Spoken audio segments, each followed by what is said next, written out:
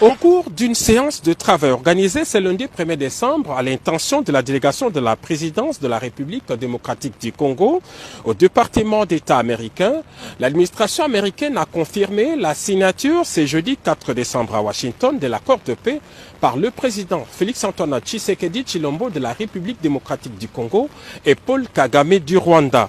Les deux chefs d'État sont d'ailleurs attendus sur le territoire américain ce mardi 2 décembre.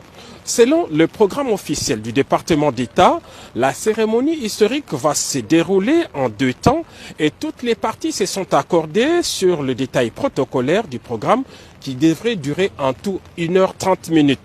La première étape se déroulera le même jeudi 4 décembre à 11h à la Maison-Blanche. Le président américain Donald Trump va accueillir ses hôtes respectivement à 11h pour le président du Rwanda et 11h10 pour le président de la République démocratique du Congo avant de les convier à une rencontre trilatérale d'une dizaine de minutes dans son bureau ovale de la Maison-Blanche. Les protocoles ne prévoient pas à ce stade de prise de parole des deux chefs d'État.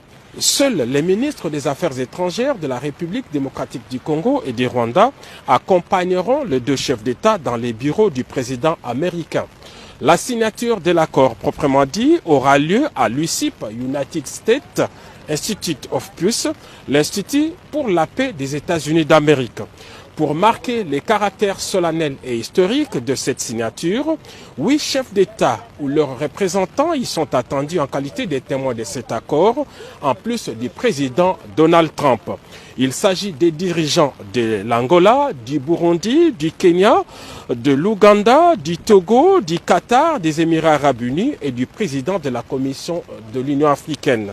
En leur présence et devant les caméras du monde entier, les présidents Félix Tshisekedi et Paul Kagame vont apposer leur signature sur l'accord de paix, les mêmes documents qui avaient été signés le 27 juin dernier par le ministre des Affaires étrangères des deux pays. Par cet acte, les deux chefs d'État entérinent ces documents, qui est un instrument international de paix formel et juridiquement contraignant, conclu entre les deux États souverains sous les bons offices des États-Unis d'Amérique et en présence des représentants du Qatar et du Togo en qualité de facilitateurs.